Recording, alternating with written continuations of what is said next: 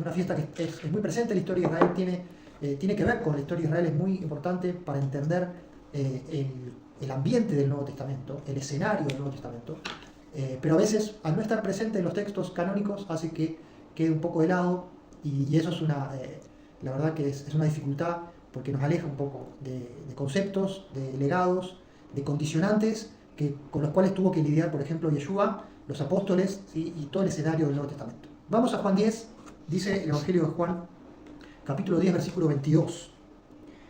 Celebrábase en Jerusalén la fiesta de la dedicación, ¿sí? Y acá esta palabra dedicación en hebreo es Hanukkah, ¿sí? Hanukkah, dedicación. Podemos agregar como, entre paréntesis, dedicación, ¿de qué? Dedicación del templo en Jerusalén, del templo de Jerusalén, el templo que Yeshua conoció, el templo donde paseaba. Y de hecho, fíjese lo que dice el texto.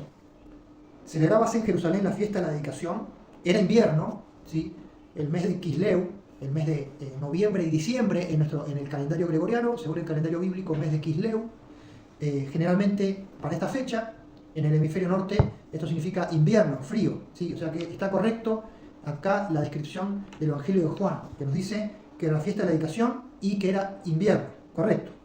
Y dice que Jesús andaba en el templo por el pórtico de Salomón, andaba en la explanada del templo, las áreas aledañas, no adentro del templo, porque él no podía entrar, sino en los patios y en los pórticos, que eran una suerte de quincho, digamos, pero un quincho de piedra, no un quincho de asado, un lugar techado con columnas, sin paredes, y era un lugar de reunión, era un lugar donde los rabinos podían enseñar, donde podías estar a la sombra durante tu visita al templo, era un lugar donde había mucha vida social y fundamentalmente vida religiosa. Entonces ahí estaba Yeshua, estaba Jesús en la fiesta de la dedicación, y dice el verso 24, lo rodearon los judíos y le dijeron, ¿hasta cuándo nos turbarás el alma? Si tú eres el Cristo, dínolos abiertamente. Entonces ahí empieza una discusión entre Yeshua y la gente que estaba alrededor.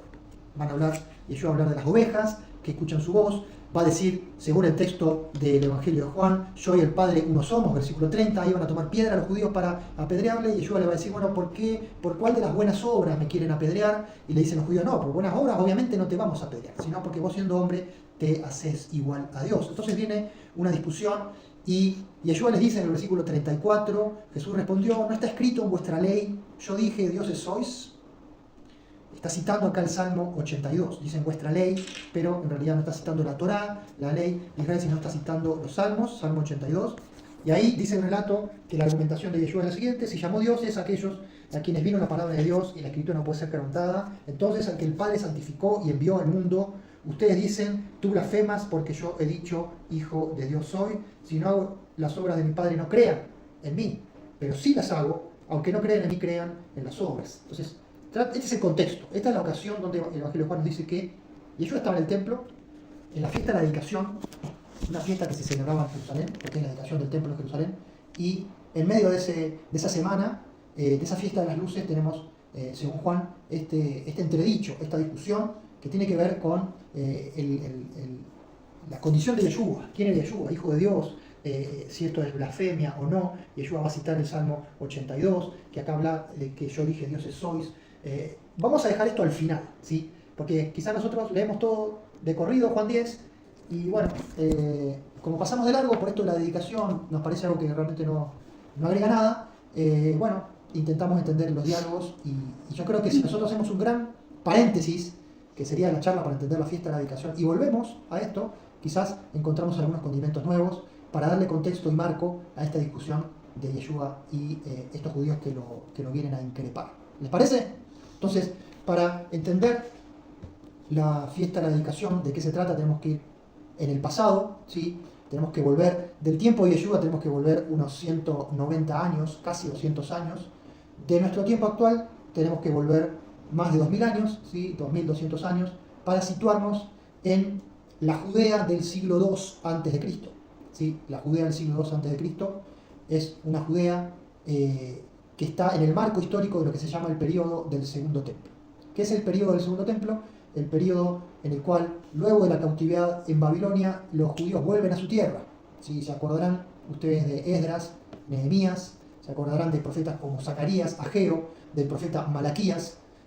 Todos estos personajes y todos estos libros están asociados al período del retorno, cuando de la cautividad por decreto de Ciro el persa, hay un retorno de los judíos a su tierra. Esto marca un nuevo comienzo en la fe judía, y a partir de ahí se reconstruye el templo. Zorobabel, ¿se acuerdan de Zorobabel? Reconstruye el templo, el altar.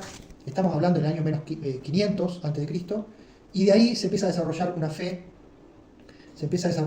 en Judea basada en lo que podemos llamar el judaísmo de la Torá. A partir de esa época podemos hablar de un judaísmo centrado casi exclusivamente en la Torá y en el templo, donde hay una religión centralizada en Jerusalén, unificada. Se vuelve a poner a la ley de Moisés en valor, y es el eje de la religión, el Shabbat, las fiestas bíblicas, toda la legislación de Moisés. Y entonces Judá empieza a tratar de hacer pie en ese mundo, ¿sí? Había expectativas de que los judíos volvían a su tierra, iban a establecer un reino, y que ese reino inclusive iba a tener tintes mesiánicos y de grandeza, pero estas cosas no sucedieron, ¿sí? Judea se mantuvo como una provincia. Judea no fue un reino, ¿sí? Zorobabel era de linaje real, pero nunca fue rey. No se restableció la dinastía davídica. Todas estas expectativas no se cumplen, pero sí se cumple el hecho que Jerusalén vuelve a ser habitada como ciudad judía, el templo se reconstruye, y parece ser que este fue el pacto con Ciro. El rey persa Ciro dice, bueno, ustedes van a volver cada pueblo a su ciudad, cada pueblo a su cultura, cada pueblo a su religión, ¿sí? Les concedo esto, les concedo libertad religiosa, pero no libertad política. Ustedes van a ser provincias, pero no van a poder ser reinos independientes, ¿sí?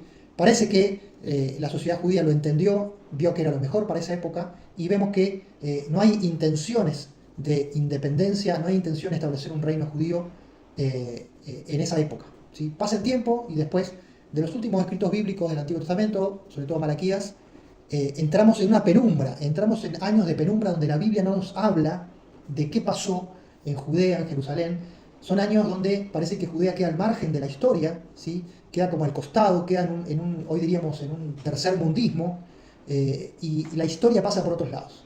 Y la historia va a pasar por el ascenso de Grecia, el ascenso de lo que después podríamos llamar el imperio griego, la cultura griega, el helenismo. Todo esto se empieza a desarrollar, empieza a crecer, y llegamos a la época en que Alejandro Magno, ¿sí? Allá en el 336, empieza sus campañas muy joven, muy avasallador. Grecia empieza a mostrar sus credenciales de un pueblo con mucha autoestima, con mucha fe en sus ideales, en su filosofía, en la fe en el hombre, en la potencialidad humana. Es como el inicio del humanismo, y depositar la fe en la fuerza física, en el intelecto, en el racionalismo, en las escuelas filosóficas, en el deporte, en los músculos, por decirlo así, en la inteligencia militar, en la juventud. Y todo esto empieza a avasallar, empieza a desbordar de Grecia, llega a Egipto, llega a Asia Menor, actual Turquía, y se funde, ¿sí? Como esto, si fuera un volcán. Imagínense un volcán que sale de Grecia y empieza a derramar esa lava que llega a Egipto y a Asia Menor, y entonces se funde con las culturas locales y se empieza a generar una cultura helenista un poco ampliada, y los pueblos van siendo sometidos y incluidos de alguna forma a esa nueva cultura. Alejandro Magno llega a Jerusalén, en tantos lugares que llega a Jerusalén. Dice la historia que llega pacíficamente, que no destruye Jerusalén, que le abren las puertas, los sacerdotes le abren la puerta, y entonces es una dominación pacífica.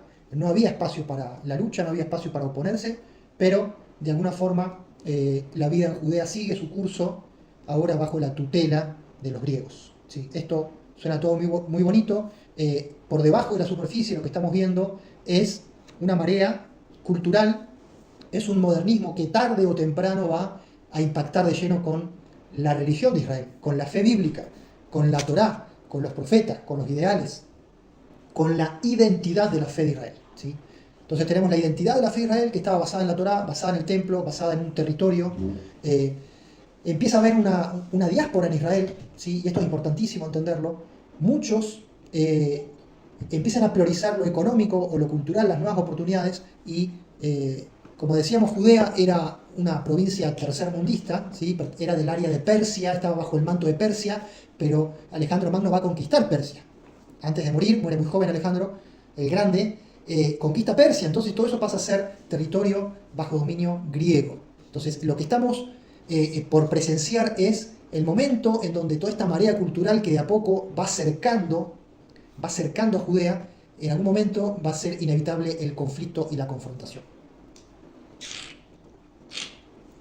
Esta modernidad, por ejemplo, para que ustedes se den una idea, era, por un lado, la filosofía griega que se empieza a trozar, a dividir, a tener ramas de las ciencias que hoy conocemos. Por ejemplo, la matemática, ¿sí?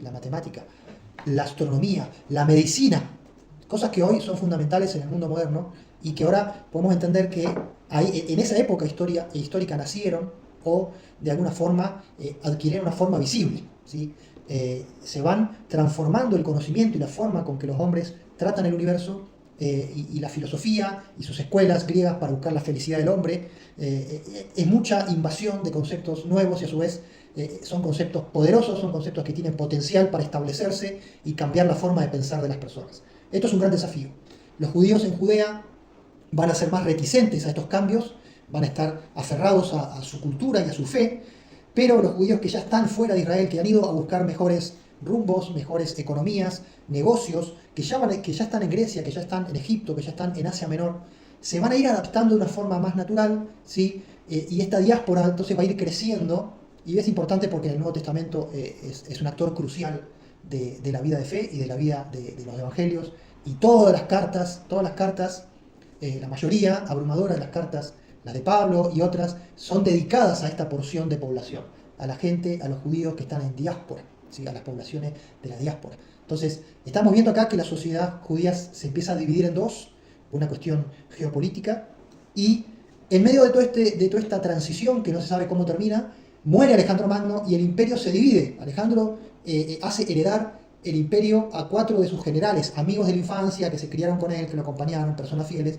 y entonces se divide el imperio griego en 4, ¿sí? De esos 4 nos van a interesar 2 regiones, la región de Siria y la región de Egipto. En Egipto van a estar los Ptolomeos, ¿sí? Los Ptolomeos van a ser una dinastía de dominio griego en Egipto, entonces va a haber una fusión entre lo griego y lo egipcio, y eso va a ser los Ptolomeos, y va a aparecer Cleopatra y demás, ¿sí? Para que ustedes conecten un poco con la historia, que quizás es más conocida.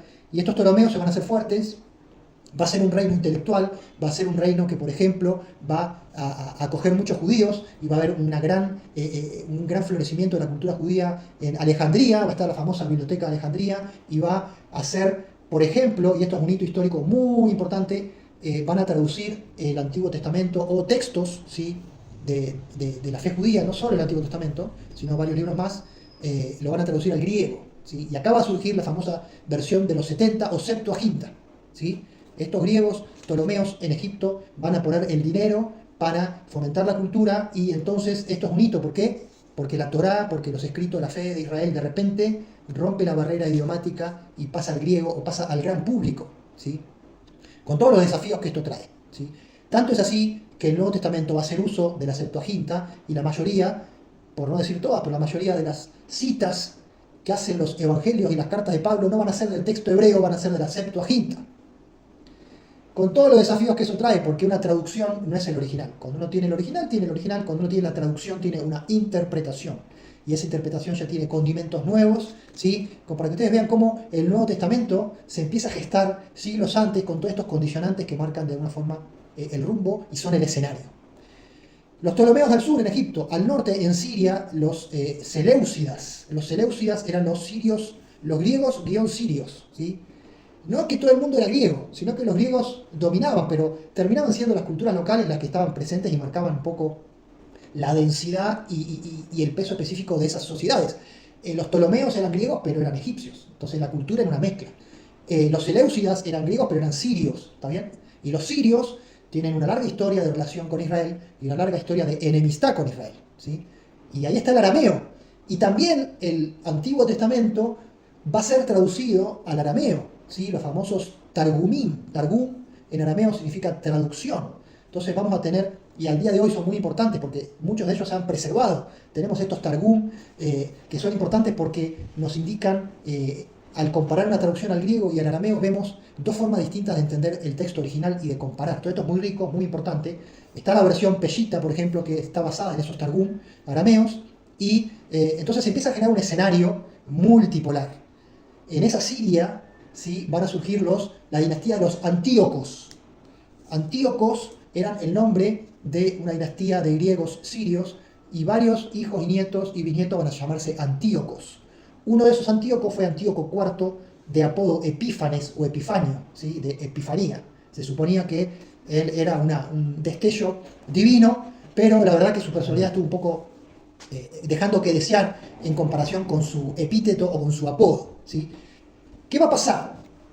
Siria al norte, Egipto al sur y en el medio Judea, Galilea y Samaria. O sea, sanguchito, ¿sí? Un sándwich entre el norte y el sur. Y para completar la calamidad, los sirios y los egipcios, todos ellos parte de este imperio griego, se van a pelear entre ellos constantemente.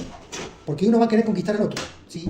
La vieja amistad se pierde, la vieja unión de estos cuatro generales que eran de Alejandro Magno se pierde en el tiempo y lo que vamos a tener es una rivalidad entre Siria y Egipto, siendo que en el medio está Judea, Samaria y Galilea como tierra de paso. Entonces esto va a ser una gran calamidad para Judea. Esto va a sumir a los judíos en una situación siempre de conflicto, de dificultad, de no poder estar al margen y no poder florecer porque estar siempre o de un lado o del otro, presionado de un lado o del otro, tener que tomar postura.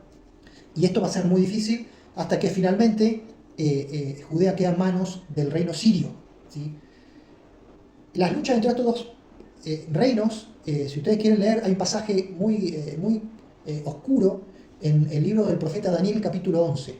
Si ustedes leen Daniel capítulo 11, van a encontrar una serie de relatos del reino del norte y del sur, y que uno va y que uno vuelve, que otro pierde, que otro gana, que otro se enoja, y en medio de todo eso hay una abominación desoladora en el templo de Jerusalén.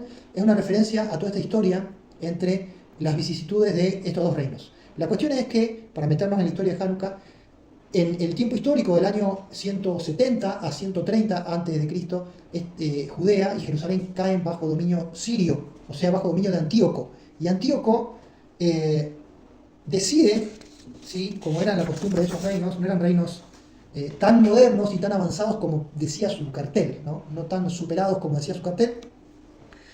Eso era el ideal. Lo real era que ellos querían mantener como sea su dominio, su autoridad, ávidos siempre de dinero. Entonces van a hacer generalmente saqueos, ¿sí? a las ciudades y a los pueblos y avasallamiento. Y esto es lo que pasa con Judea y con Jerusalén. Antíoco IV va a hacer una incursión de las tantas que hicieron los sirios y va a saquear y va a profanar y va a llevarse reliquias del templo. Y entonces un día 25 de Kisleu, ¿sí? El mes de Kisleu que ya hemos hablado, que es el mes tercero del calendario hebreo, considerando que empieza en el mes de Tisrei para la fiesta de trompeta de Rosh Hashanah. Según ese calendario, el mes tercero es el mes de Kisleu, corresponde a noviembre/diciembre, y un 25 de Kisleu se profana el templo. Antíoco sacrifica un cerdo en honor a Júpiter, ¿sí?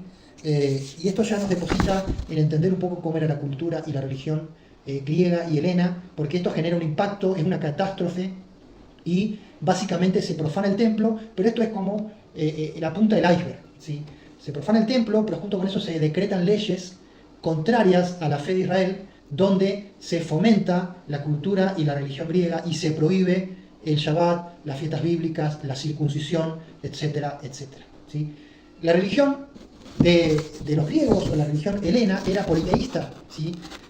Con sus dioses que nosotros conocemos, por ejemplo Zeus, y los 12 dioses olímpicos, ¿sí? Tenían muchos dioses. Ellos veían al mundo como infectado de dioses. Estos dioses estaban muy humanizados, tenían rasgos humanos, por ejemplo Dionisio, el dios del vino, el otro, el dios de la guerra, el dios de los mares, el dios de la fertilidad, etcétera, etcétera. Entonces era más fácil conectarse con estos dioses humanizados, que a su vez estaban representados por estatuas, había mucha iconografía, ¿sí? Y todo esto va a ser un espanto para la fe de Israel, ¿sí?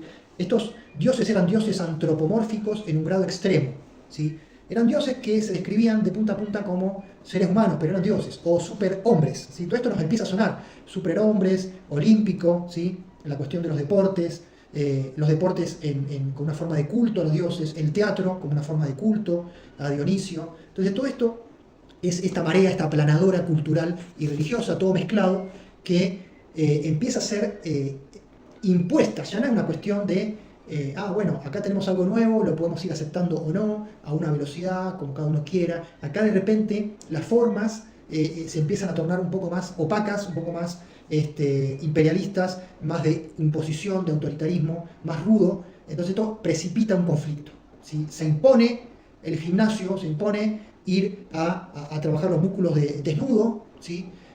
Muchos judíos se enganchan en esta nueva onda moderna y esto lleva hasta el punto de que hacen una restauración de la circuncisión, ¿sí? Estos judíos hombres que iban al gimnasio, que tenían que entrenar desnudos, no querían que se vea que eran circuncidados porque esto parecía arcaico, parecía viejo, que atrasaba, que tenía olor a naftalina. Entonces dice el texto de Macabeos que, no me pregunten cómo, hacían una operación y hacían una reconstitución para volver atrás la circuncisión. Imagínense todo el escándalo que esto generaba en la sociedad israelí, en la sociedad hebrea, en una sociedad que guardaba sus ritos y su tradición y su fe durante siglos, durante muchos siglos, con un costo muy alto, y de repente estaban sucumbiendo a una realidad que los estaba arrastrando, ¿sí? Entonces hay una grieta social, parte de la sociedad lucha contra esta modernización, entre comillas, ¿sí? Que es parte de modernización y es parte de imposición cultural y religiosa, y parte de la sociedad acompaña, se suma, se hacen helenizados en la propia tierra de Israel, helenizados en la propia Jerusalén, ¿sí? Y esto entonces va a ser una tensión enorme. Hay una religión oficial que se empieza a imponer. Todo esto de la cultura de las polis, ¿sí? Las ciudades-estado, etc. El tema de los dioses olímpicos y de los Juegos Olímpicos, las procesiones, las fiestas culturales, se arman los panteones, se arman toda una estructura, hay toda una cadena de autoridad de los dioses. Están los dioses de los 12, ¿sí? Que son Zeus, Atenea, Afrodita, Ares, Apolo, Hermes, Dionisio, Demeter, Hera, Artemisa o Diana de los Efesios. ¿Se acuerdan? Esta Artemisa que también se conecta con la Diana de Éfeso en este sincretismo que va a estar avanzando. Poseidón, el dios de los mares, y Hefesto, ¿sí? Estos son los dioses olímpicos que a su vez estaban organizados y teníamos inclusive hasta trinidades, ¿sí? Hay una batalla, esto es todo filosofía y religión helena, hay una batalla final de estos dioses contra los famosos titanes, ¿sí? Todas palabras que son presentes en nuestra cultura. Los titanes, los dioses olímpicos le ganan a los titanes y se hace una división en los órdenes de la tierra. Se hacen 3 reinos, ¿sí? Entonces está la Trinidad, donde está Zeus, el dios supremo, que le corresponde el cielo, y a sus hermanos le corresponde el mar, que es Poseidón, y a Hades le corresponde el inframundo. Y esta palabra Hades va a aparecer en el Nuevo Testamento, ¿o no? ¿Se acuerdan? El famoso Hades, ¿sí? No solamente es el lugar de los muertos, sino que por detrás está el dios, ¿sí? Del inframundo, o sea, del más allá, de los muertos, etc. Estos tenían genealogías y dioses hijos, que eran considerados hijos de dioses y se llamaban teos. Teos eran los hijos de estos dioses. Y en el Nuevo Testamento vamos a encontrar la palabra teos para referirse al Dios de Israel, ¿sí? ¿Por qué? Porque el Nuevo Testamento se escribe en griego, porque se escribe en general para la diáspora judía, para los judíos que hablan griego, ¿sí? Y entonces hay que usar palabras griegas, y esto genera un conflicto lingüístico muy importante, que se resuelve como puede. Porque una cosa es hablar de Jehová, otra cosa es hablar de Elohim, hablar de Adonai. ¿Y cómo conecto eso con palabras griegas que estén a disposición de estas categorías? Imposible, porque los griegos no inventaban palabras para los dioses ajenos, ellos inventaban palabras para sus propios dioses, ¿sí? Entonces vamos a encontrar esta fricción y esta dificultad de expresar al Dios de Israel en términos griegos. Y así es el Nuevo Testamento. Y esto es importante entenderlo, porque uno está hablando de teos, pero no está hablando de los dioses olímpicos, está hablando del Dios de Israel. Entonces de alguna forma tenemos que nosotros conectar y volver a las categorías del Antiguo Testamento, donde aparece Jehová, donde aparece inclusive Elohim, Adonai, etc. Así que fíjense cómo toda esta etapa histórica es fundamental. Pero seguimos adelante. ¿Qué pasó? Lo que pasó es que el templo se profana, se prohíben las prácticas judías, se prohíbe la Torá, se prohíbe la circuncisión, se prohíbe el Shabbat. Entonces es una desgracia nacional para la mitad de la sociedad. Para la otra mitad de la sociedad dice, bueno, son nuevos tiempos, tratemos de adaptarnos. Si yo me hago helenista, quizás consigo un puesto político, un puesto de renombre, algún cargo. Entonces, por amor a eso, me modernizo. Total, lo importante es avanzar en la vida y hay que adaptarse a los nuevos tiempos. Entonces la sociedad se fractura en Israel entre los que son colaboracionistas o son modernistas y los otros. Obviamente va a haber una tensión, va a haber un sentimiento de traición, ¿sí? Y esto se tensiona, no hay respuesta militar, hay un avasallamiento, hay una retracción de la fe, el judío creyente se esconde, el judío creyente hace su fe a escondidas, practica su fe a escondidas. Llega un momento que esto es una olla a presión y en una ciudad que se llama Modi'in, que hasta el día de hoy está en Israel, yendo hacia el oeste, como si uno va de Jerusalén a Tel Aviv, más o menos a mitad de camino, cuando uno va dejando la región montañosa, está Modi'in. Había unos sacerdotes, ¿sí? Unos sacerdotes, y había un tal Matatías ben Asmón, hijo de Asmón. Era un sacerdote con sus hijos, ¿sí? Judá, Jonatán, Simón, ¿sí? Etcétera. Eran un clan, ellos fieles a Dios, y llega un oficial griego y dice, bueno, tenemos que instaurar la religión griega acá, así que Matatías, vos que sos acá uno de los principales, la gente te respeta, tenés una trayectoria, sos sacerdote, ya sos grande, tenés tu familia, tu clan que te respeta, así que vos tenés que ser el primero en dar el ejemplo y empezar a hacer culto a los dioses griegos. Así que ponete las pilas, vamos a hacer un sacrificio, vamos a sacrificar un puerco y vamos a hacer un culto a los dioses griegos y vamos a hacer un gimnasio y vamos a hacer un teatro y vamos a empezar a modernizar esto porque el rey quiere así. Obviamente, imagínense la respuesta de Matatías. Matatías dice, no, de ninguna manera no lo voy a hacer. Y en eso que estaba discutiendo con el oficial, otro judío que estaba ahí, que quería congraciarse, dice, no, deja, yo voy a hacer. Queriendo obtener ese lugar prometido a Matatías, él va, se adelanta y empieza a hacer los rituales. Ahí Matatías entra en cólera, le agarra una suerte de celo santo, y el libro de Macabeo va a decir que le tomó el espíritu de celo, como fue el espíritu de Fineas, allá en la Torá, cuando él va, Fineas, el sacerdote, hijo del sacerdote, y clava con una estaca a Simri, que había traído una madianita al campamento, o como el celo de Elías. ¿Se acuerdan cuando Elías va y ejecuta a los sacerdotes de Baal? Ese tipo de celo que de repente necesita expresarse de forma violenta para parar una situación insostenible. La cuestión es que Matatías se lanza sobre este personaje y lo mata. Y mata al oficial griego, y enloquece Matatías y empieza a correr por la ciudad. Dice, todos los que sean por Jehová, todos los que estén a favor de Jehová, síganme. Y empieza una revuelta.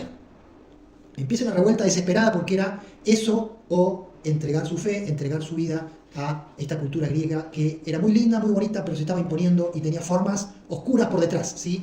Lo bueno y lo malo de esta dominación cultural que de repente muestra los colmillos y se transforma en un autoritarismo, en algo déspota, en algo de tipo tribulación, ¿sí? Es un ambiente de tribulación, donde no hay escapatoria, o peleas o morís, o te sometés, ¿sí? O sos muerto. Entonces Matatías con sus hijos se van a las montañas y arman una guerrilla.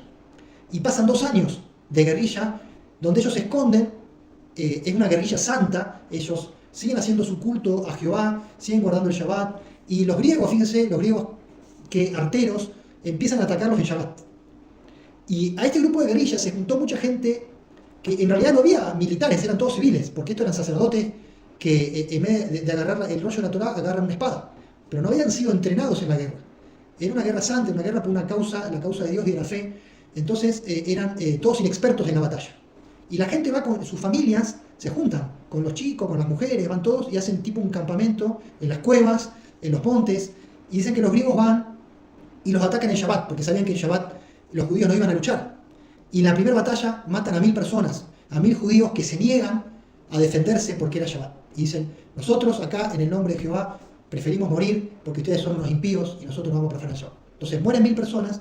Matatías se agarra la cabeza con sus hijos como diciendo, estamos acá al final llevando a la muerte a nuestro pueblo. Y ahí toman una decisión. Hay una división de aguas que es importante. Ellos dicen, aunque sea Shabbat, nosotros vamos a luchar. Porque si nosotros no luchamos en Shabbat, los griegos la tienen muy fácil. Esperan y cada Shabbat vienen y nos matan 1000. De acá a unos meses no hay más pueblo de Israel, no hay más fe judía, no hay más templo, no hay más nada, no hay más esperanza. Entonces ellos deciden luchar, defenderse, ¿sí? Este concepto de defenderse es importante. Ellos no van a atacar en Shabbat, ellos no quieren atacar, lo que quieren es defenderse. Y hasta el día de hoy, fíjense que el ejército de Israel, el ejército actual de Israel, se llama Ejército de Defensa de Israel. Ejército de Defensa de Israel. Y fíjense que Israel hace cuestión de colocar Ejército de Defensa de Israel. Y hoy Israel está atacando en Gaza porque se está defendiendo del ataque sufrido, ¿sí? Esto es como una doctrina, esto es importante, no da lo mismo. Y acá vemos cómo el pensamiento judío tiene su transposición al área militar con esto de yo me defiendo, ¿sí? Si vos me atacás yo me voy a defender, porque no me estoy defendiendo a mí mismo, estoy defendiendo una fe, un legado, y somos de alguna forma testigos de la palabra de Dios. Entonces, después de 2 años, Matatías muere en batalla. Después su hijo Judas que tenía por apodo Maccabi, ¿sí? Acá viene la historia de los macabeos. Judas era de apodo Maccabi. Maccabi tiene que ver con martillo, con golpe de martillo, ¿sí? Entonces Judas Maccabi o Macabeo toma el lugar de su padre y conquistan de nuevo, recuperan Jerusalén. Los griegos no eran un ejército gigante, los griegos tenían un destacamento acá, un destacamento allá, porque lo que querían hacer los griegos que estaban en Siria era simplemente controlar la zona, cobrar impuestos, tener dinero y mantener el control, ¿sí?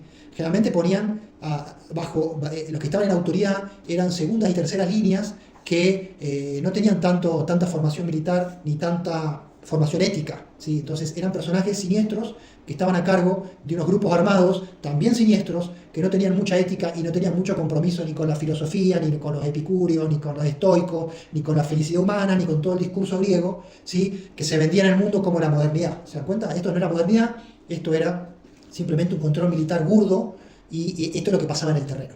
2 años, la guerrilla de los macabeos reconquista Jerusalén y ahí viene, en el año 165, en el 25 de Quisleu, el mismo día que fue profanado el templo con la abominación desoladora, con este sacrificio, este altar pagano que se hace a Júpiter en medio del templo. El templo estaba desierto, el templo estaba abandonado, dice Macabeo que le habían crecido los arbustos, ¿sí? Que estaba hecho una desolación, sucio, roto, viejo, depredado, se habían llevado la menorá, se habían llevado el altar de incienso, se había llevado todo. Y entonces ese mismo día, 2 años después, el 25 de Quisleu, se celebra la purificación y la dedicación. De ahí viene el nombre Hanukkah. Se dedica de nuevo ese espacio a Jehová. Y de ahí se pasan 8 días para hacer esa dedicación, 8 días de fiesta, 8 días de celebración, y de ahí deciden que de año en año, para esa fecha, el 25 de Quisleu, iban a celebrar entonces la dedicación del templo, ¿sí? 200 años después, ahí está Yeshua en Juan 10, en el templo, en la explanada, en el pórtico de Salomón, ¿sí? Cumpliendo esta ordenanza, y ahí andaba Yeshua paseándose durante esa festividad. Esta festividad tiene un milagro asociado, ¿sí? ¿Por qué se llama fiesta de las luces? Hay quienes entienden que esto fue un milagro histórico que sucedió, hay otros que entienden que es un mito o una leyenda que se incorporó después, y se las comento a continuación. Cuando se rededica el templo, se ponen los artefactos del templo en su lugar. Acuérdense, el altar, se construye un altar nuevo, la mesa de los panes, ¿sí? ¿Se acuerdan? La mesa de los panes sin levadura, después el altar de incienso y la menorá. La menorá, un candelabro de 7 espigas. Esa menorá funciona con aceite, el aceite se quema y da luz. Eso se llama en hebreo ner tamid. Ner tamid. Ner es luz o vela y tamid es algo eterno para siempre, una luz perpetua.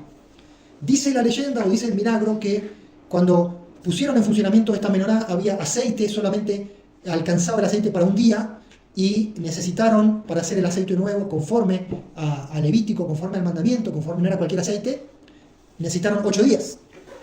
Y, oh milagro, durante esos 8 días la menorá no se apagó, ¿sí? Si bien no había aceite suficiente, dice el relato que el aceite no faltó, y acá radica el milagro de Hanukkah, que es que el aceite, Dios proveyó aceite, o el aceite duró 8 días hasta que el aceite nuevo estuvo dispuesto. Entonces de ahí se llama la fiesta de las luces y se celebra con una menorá especial que se llama Hanukkah, que es un candelabro de 9 puntas, ¿sí? Tiene una vela central y 8, 4 a un lado y 4 al otro, y cada día de Hanukkah se prende una vela a más. El primer día se prende una vela, y así hasta llegar a las 8 velas, y se prenden las 8 velas con la vela central, ¿sí? Entonces esto tiene que ver con el recuerdo del milagro, o el mensaje de Hanukkah es que después de años de oscuridad, fíjense que todo esto que les relaté es oscuridad espiritual, ¿sí? Porque había un sincretismo, había una presión, había una falta de libertad religiosa en nombre de una modernidad, había una crisis social, había una grieta nacional, y esto realmente fue una catástrofe, pero por medio de la acción de los macabeos vuelve a aparecer la luz, ¿sí? ¿Por qué?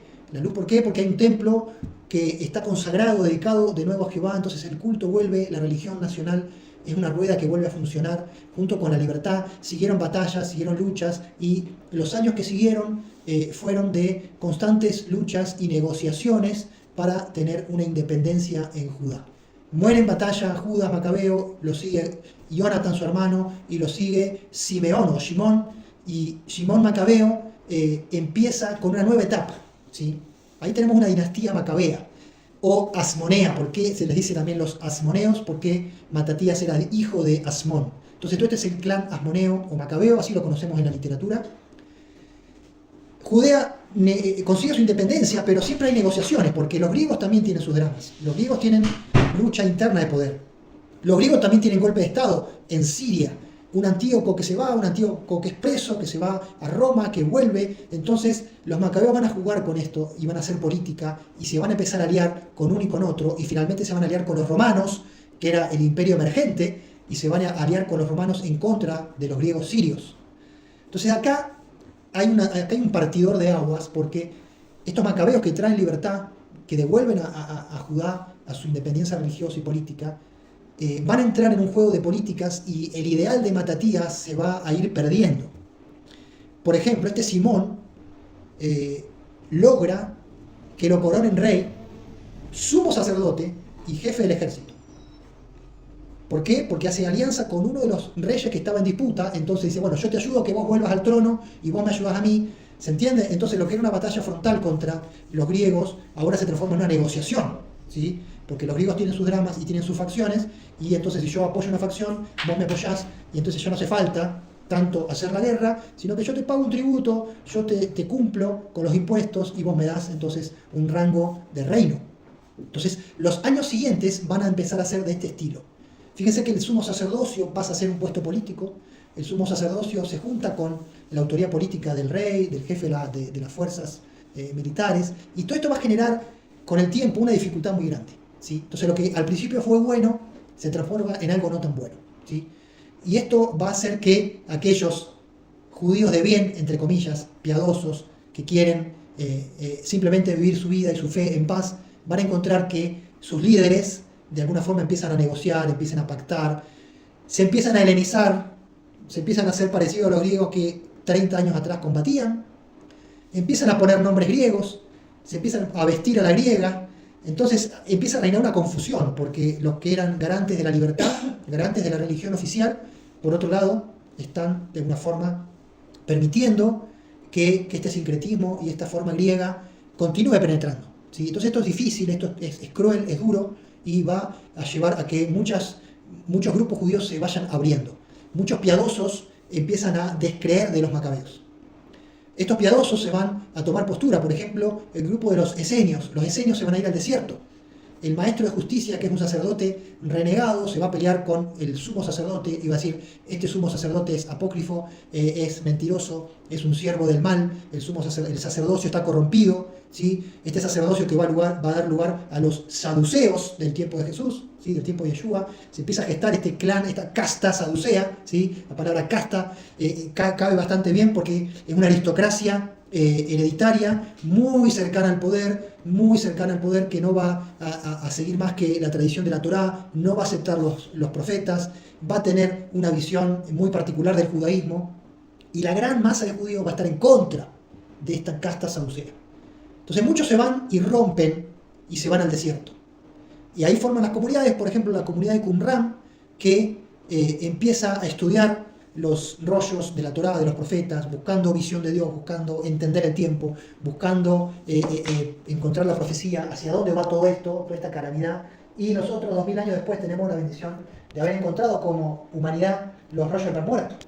Y encontrar todo eso, ese legado histórico, ese patrimonio de la humanidad que son los rollos del muerto, que fueron coleccionados por esa colectividad, por ese grupo que rompe con los macabeos, que rompe con los saduceos, y va a ser un grupo idealista, un grupo mesiánico, un grupo que va a buscar la venida ¿de quién? La venida del reino de Dios.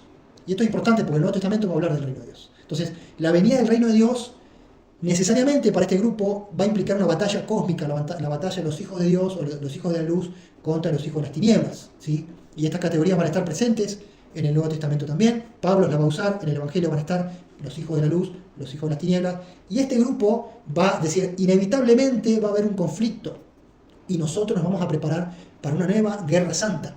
Pero no nos vamos a preparar siendo los mejores en el uso de la espada, en técnicas de guerrilla. Vamos a aprender a usar la espada, pero vamos a ser los mejores en ser más santos, más cercanos, porque ellos entendían que entonces el Espíritu de Dios los iba a llenar, y entonces su espada, como dice el Salmo, como dice el profeta, uno va a vencer a 1000, porque ese uno va a estar envuelto en el poder de Dios. Entonces esto se va gestando en el desierto. Los que quedan en las ciudades van a ser los que van a dar lugar a los fariseos, que va a ser una suerte de oposición, ¿sí?, a los macabeos, pero una oposición más tipo política. de negociación, ¿sí? Estos fariseos se van a quedar con el control religioso del pueblo, le van a disputar el control religioso a los saduceos. Los saduceos eran tan elitistas que las masas se van a ir con los fariseos, por una cuestión de clase, ¿sí? Los fariseos en algún momento se van a aliar a los macabeos, ¿sí? Los macabeos van a venir exponentes, algunos mejores, algunos peores, va a pasar un tal Alejandro Janio, Aristóbulo, todos estos nombres que van a estar por ahí. Algunos, va a haber una reina también, una reina macabea que se va a asociar con los fariseos van a entrar también en una etapa de derramamiento de sangre, después se van a arrepentir. Entonces es un mundo caótico, es un mundo difícil, y en ese mundo, en ese escenario, todo esto va precipitando, los macabeos cada vez tienen menos fuerza, los macabeos cada vez están más degradados en cuanto a su ideal, y el último exponente de todo este linaje macabeo, ya entran los romanos en acción. Estamos hablando del año 60 antes de Yeshua, llegan los romanos, y va a aparecer la figura de Herodes el Grande, que no es un asmoneo, no es un macabeo, pero se va a casar con Mariamne o Miriam, que es una princesa macabea, ¿sí? Entonces Miriam o Mariamne es una princesa macabea, tiene estirpe, tiene palacio, tiene pedigrí, y Herodes, políticamente, hijo de un idumeo influyente, convertidos al judaísmo, va a hacer mucha negociación, va a ser un perro servicial de los romanos, va a hacer el trabajo sucio de los romanos. Este Herodes el Grande va a ir a Galilea a matar a quien sea, a matar a los rebeldes para ganarse el favor, va a terminar preso, vuelve, va a estar en libertad, etcétera, etcétera. Y Herodes el Grande, que es quien abre, de alguna forma, quien abre el Nuevo Testamento, ¿sí? Con los relatos de Yeshua, de su nacimiento, de la persecución de Herodes, va a ser entonces el último exponente de los macabeos, no porque él sea macabeo, sino porque él es casado con María o Miriam, la princesa macabea. Fíjese el contexto de hartazgo de la sociedad judía del siglo I, de Yeshua y sus contemporáneos, que estaban padeciendo a los romanos, pero antes habían padecido a los griegos, y a su vez habían padecido a sus propios macabeos, que empezaron bien y terminaron mal, ¿sí? En ese escenario surgen los celotes, que es el otro grupo. Los celotes eran los que querían volver a hacer una guerra santa, pero no tan santa, porque ellos mismos no eran tan santos, ni sus formas eran tan santas, simplemente eran fanáticos. Y son los que finalmente van a hacer las guerras judeo-romanas, las guerras del año 70, el año 66 al 70, donde se va a destruir de nuevo el templo de Jerusalén, porque estos celotes van a liderar una revuelta contra los romanos. Entonces, el tiempo de Yeshua es un tiempo totalmente complejo, ¿sí? Y vemos el escenario, vemos los saduceos, que son la pata religiosa de los macabeos, ¿sí? Hay una alianza, ¿sí? El sumo sacerdocio se va a comprar y vender, va a haber sumos sacerdotes asesinados, herederos asesinados. Esto va a ser trágico, esto va a ser una politiquería muy baja, muy violenta. Entonces la sociedad judía estaba atrapada entre los saduceos, entre este Herodes el Grande, que por un lado le reconstruye el templo, por un lado, como dicen los discípulos, fíjate Yeshua, qué grandes piedras, qué grandes edificios, Herodes nos construyó todo esto. Y a Yeshua, que todo esto le da medio por el hígado, dice, no va a quedar piedra sobre piedra que no sea destruido. Y vemos en Yeshua una postura contraria al templo, contraria a los líderes, ¿sí? Porque el templo era el templo de Herodes, y si bien Yeshua respetaba el templo, no respetaba mucho a las autoridades del templo, ¿sí? Por estos motivos, ¿sí? Por un sacerdocio corrompido, de casta, aristocrático, que decía, bueno, los ricachones somos los bendecidos por Dios, los pobres somos los que... los pobres son los que tienen que padecer, porque Dios da sus bendiciones en esta tierra, así que si sos pobre por algo será, y ellos aseguraban la riqueza y se mantenían en su posición. Entonces Yeshua va a tener que manejarse en medio de estos extremos, ¿sí? ¿Y cuál va a ser la posición de Yeshua? ¿A quién va a favorecer? ¿Cuál va a ser el mensaje del Evangelio? El mensaje del Evangelio en un contexto de Hanukkah es somos libres, pero no tanto. Hemos sido liberados, pero a su vez la fuerza militar no lo es todo. Entonces la fuerza militar ayudó, en su momento fue importante, pero no logró todo lo que supuestamente tenía que lograr. Entonces el mensaje de Yeshua no va a ser un mensaje militarista, va a ser un mensaje diferente, sí va a apuntar al reino de Dios, va a decir, esto que tenemos ahora no es lo que Dios provee, este Herodes, estos líderes, este sacerdocio, esto no es lo que Dios quiere, ¿sí? El reino de Dios todavía está por manifestarse y hay que buscarlo, pero no lo vamos a buscar por la guerra, ¿sí? Y esto seguramente generó tensiones y muchos discípulos se alejaron de él por esto. Algunos inclusive creen que Judas Iscariote quería una operación militar y terminaría traicionándolo porque Yeshua era, digamos, más de línea pacifista, si vale el término. Si bien Yeshua confrontaba, pero el mensaje de Yeshua no era tomar las armas. Entonces vemos a un Yeshua que busca un camino intermedio entre la situación y dice, bueno, si los romanos están, por algo será. Evidentemente nuestros líderes no han sido mejores que los romanos y nos toca padecer esto, hay que padecerlo en el temor de Dios hasta que vengan tiempos mejores. Y va a decir a César lo que es de César y a Dios lo que es de Dios. Hay una doctrina por detrás que busca hacer equilibrio y busca no caer en extremos polarizados, ¿sí? Entonces, el Evangelio tiene que ver con seguir el ideal, seguir la utopía del reino, pero no por las armas, no por lo geográfico, no por buscar de cualquier manera una centralidad en el templo, sino buscando de alguna forma una abertura, ¿sí? Una abertura, un protagonismo de las personas, ¿sí? Un protagonismo de los humildes, de los pobres y una esperanza de tiempos mejores, ¿sí? No hay una receta de corto plazo de Yeshua, sino hay un camino, ¿sí? Hay un camino duro y difícil que lleva al reino. ¿Qué pasa con Pablo? ¿Qué pasa con Pablo? Pablo también va a hacer su propia estrategia. Fíjense qué interesante, Pablo es un hijo del judaísmo helenista, y con esto termino. Pablo va a estar asociado a la iglesia de Antioquía. Fíjense qué paradoja. La iglesia de Antioquía, la iglesia de Hechos 13, la iglesia misionera, está en la ciudad de Antioquía. Ustedes pueden descubrir en honor a quién, ¿sí?, se crea o se establece o se funda la ciudad de Antioquía. La ciudad de Antioquía se funda en honor a Antíoco, ¿sí? Y oh casualidad, uno de esos Antíocos fue el que profanó el templo, ¿sí? Y el que generó tantos males. Pero el tiempo pasa y en esta ciudad de Antioquía hay lugar para que haya una colectividad judía floreciente y para que haya entonces un grupo mesiánico floreciente que va a ser el que va a enviar a Pablo, ¿sí? Y hay entonces en Antioquía un nuevo renacer espiritual y la visión de Pablo es, ok, si la cultura griega nos avasalló, ok, si el imperio griego nos invadió y los romanos cabalgando sobre lo griego nos dominan militarmente, entonces nosotros los vamos a dominar espiritualmente.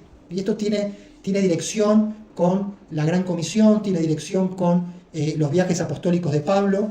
Pablo de alguna forma juega su ficha a decir, ok, si no podemos sacarnos de encima al imperio, porque ya lo intentamos y no funcionó, ¿qué tal si conquistamos desde adentro el corazón del imperio y hacemos que el imperio se rinda a la palabra de Dios, se rinda a Yeshua?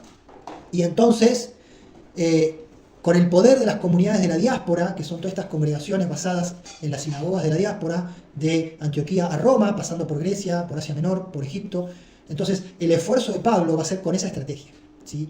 El sueño de Pablo se cumple en parte, ¿sí? Porque algunos siglos después el imperio romano se cristianiza, pero el sueño de Pablo no funciona tan como él se lo imaginó, porque en el medio pasan cosas. Así como el sueño macabeo, el sueño de Matatías estaba correcto, pero en el camino se desvía por las situaciones. El sueño de Pablo de que el imperio se conecte con Israel y que Jerusalén sea el corazón espiritual del imperio, ok, que Roma sea la capital política, pero que Jerusalén sea la capital espiritual, es un poco la estrategia de Pablo.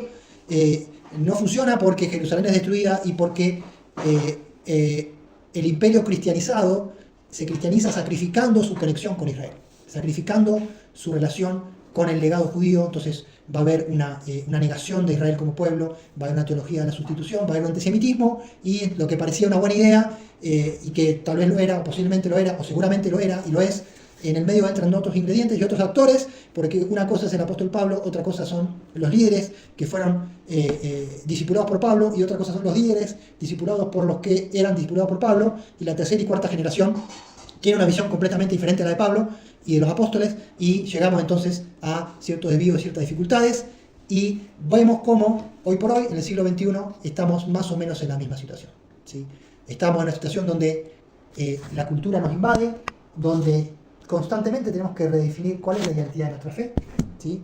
Cuál es la identidad de lo que nosotros creemos, en qué tenemos que basarnos, si nuestra fe es simplemente de una cuestión simplemente discursiva, abstracta, o tiene condimentos concretos, y si vale la pena luchar por ellos. Y hoy vemos que estamos inmersos en una matriz cultural casi homogénea, ¿sí? Muy importante, y los desafíos de generación a generación es ¿qué hacemos? ¿Para dónde vamos? ¿Sí? A veces nos sentimos invadidos, a veces nos sentimos acorralados, pero generalmente sentimos, bueno, todavía hay espacio para negociar, todavía hay espacio para recluirnos o ceder terreno, ¿sí? Pero a veces, como a Matatías, no hay más terreno. Matatías en su momento se sintió acorralado, que a su espalda no había más espacio, no podía retroceder más, o se hacía griego o lo iban a matar. En ese escenario de tribulación es que él decide luchar. Gracias a la lucha de estos primeros macabeos, la provincia de Judea logra la independencia. Después los sucesores conquistan Idumea, conquistan, o sea, el sur de Israel, conquistan Galilea. Muchos judíos que estaban en la diáspora, sobre todo en Babilonia, regresan a Judea y a Galilea. Toda esa región vuelve a tener población judía y religión judía. Entre ellos nace la ciudad de Nazaret, ¿sí? Algunos creen que el clan de Yeshua era un clan que volvió de Babilonia en esta época, ¿sí? Como colonos para restaurar la presencia judía en Galilea. Y todos vemos cómo todo esto contribuyó a que cuando Yeshua vino a esta tierra, había un templo, había rabinos que enseñaban la Torá, había sinagogas donde Yeshua podía ir a enseñar y ser escuchado, había judíos jóvenes, idealistas que querían ser discípulos de un rabino, de un líder, y fueron discípulos de Yeshua, y fueron los apóstoles, y fueron estos 12 y estos 70 y estas multitudes que lo siguieron.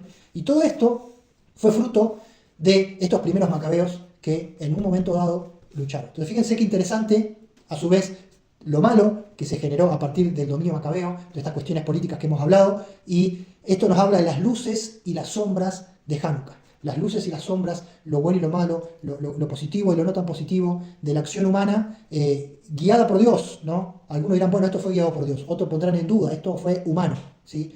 Pero tengamos en cuenta que siempre Dios actúa con una instrumentalidad humana, ¿sí? Y esto es lo que nos toca a nosotros en el siglo XXI.